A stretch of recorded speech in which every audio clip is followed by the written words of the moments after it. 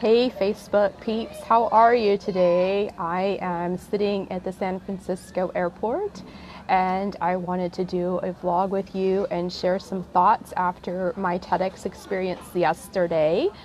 So I've gotten some statements like, wow, it must be nice to have really accomplished a dream. I wish I could do what you are doing. I wish I could face my fears like you have. I wish I could pursue my dreams like you have. And I want to share a couple things with you today, 5 lessons here before I board, that are some reflections I've had since yesterday and my experience of what it was like to do a dream of mine, which was to be a TEDx speaker. So I'm no different than you just because I've gotten up on stage now and prepared a talk and done the work to achieve a dream of mine and to share a message of mine with the world. Does not mean I'm better than you, does not mean that I'm more accomplished than you. It just means I've done something that really matters to me. So 5 things I want to share with you today is that you will make time for what is most important to you. If it is not important to you, it will not be put on your schedule and you will not make it happen. Anything that is important to you, you will figure out a way to make it happen. So for me to do this TEDx talk, I hired a TEDx coach. I worked every day on my script. I worked out what I felt my message was that I wanted to share with the world. I practiced, I rehearsed, I stood in front of a mirror. I recorded it into an app. I listened to myself backwards and forwards. I broke it into sections. What else did I do? I did it closing my eyes. I did it where I read from my script. I did it where I didn't have my script at all in front of me.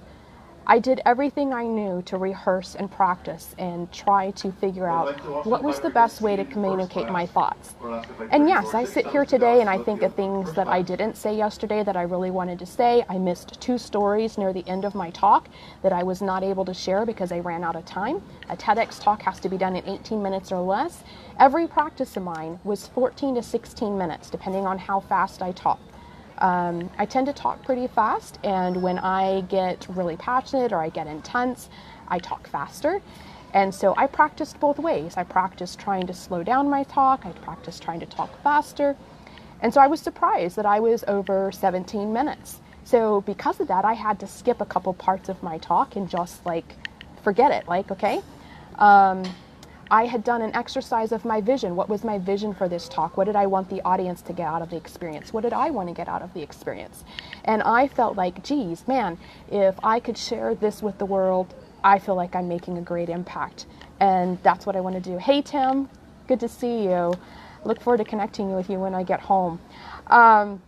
So again, you will make time for what is important for you. Anything less is an excuse or fear or a lack of clarity. If you do not know what you want to be doing, it's because you either haven't taken the time to figure it out or you're allowing excuses, fear, or lack of clarity prevent you from doing your goals. So a TEDx goal of mine and everything I did to create the space in my daily activities to allow for me to practice for a TEDx was because I knew what I wanted and I wasn't going to stop for anything less. That's number 1. Number 2, your circle is either helping you get where you are or not. So if your circle is not helping you, you either are trying to do it alone without asking for help, or you have the wrong people in your tribe.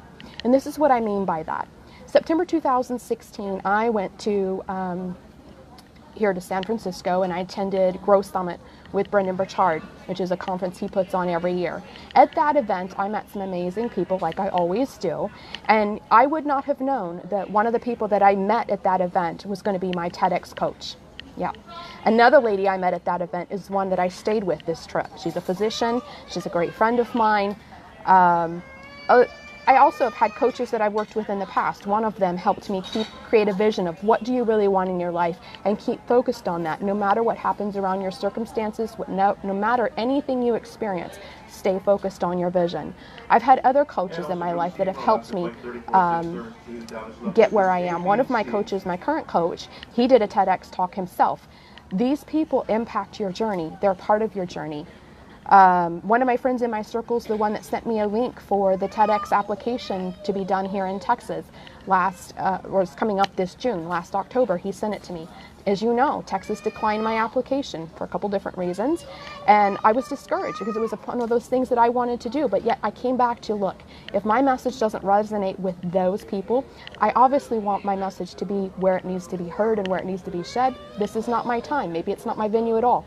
10 days later, I got accepted from California, which was an amazing experience, and I had less than 2 months to get my talk prepared and be ready to do this.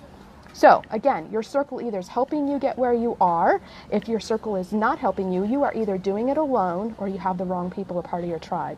Number 3, you must be willing to face the fear-terror barrier no matter what.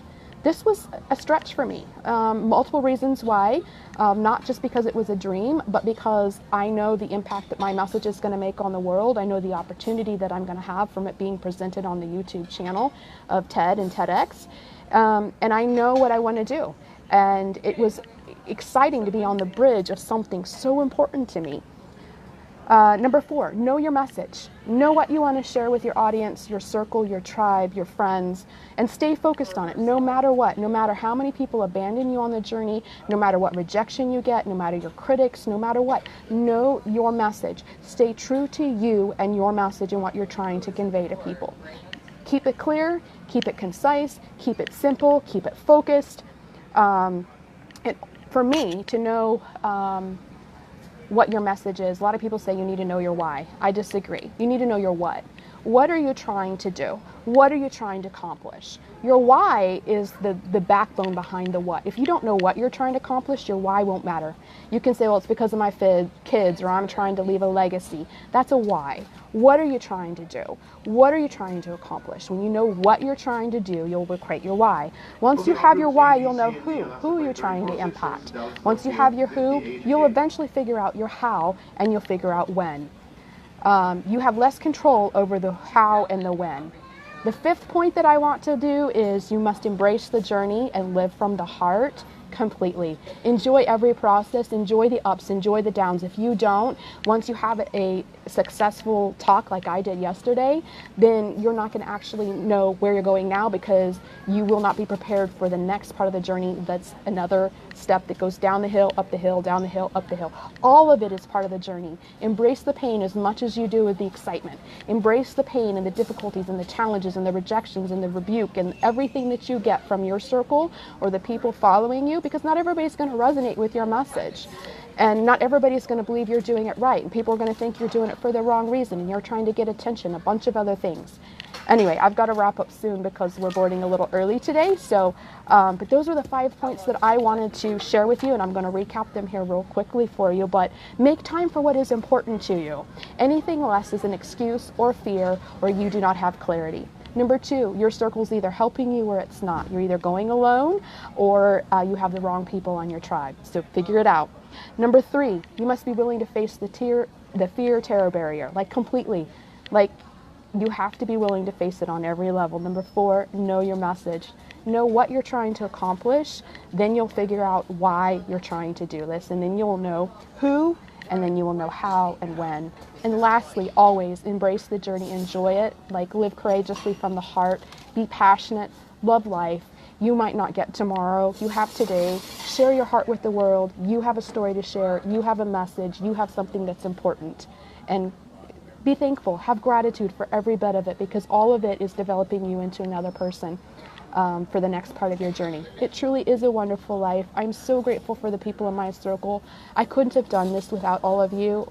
This was an amazing experience, and I'm so grateful to have you on my journey. Go be courageous, be generous, be loving, and live intentionally as you create this life that you want.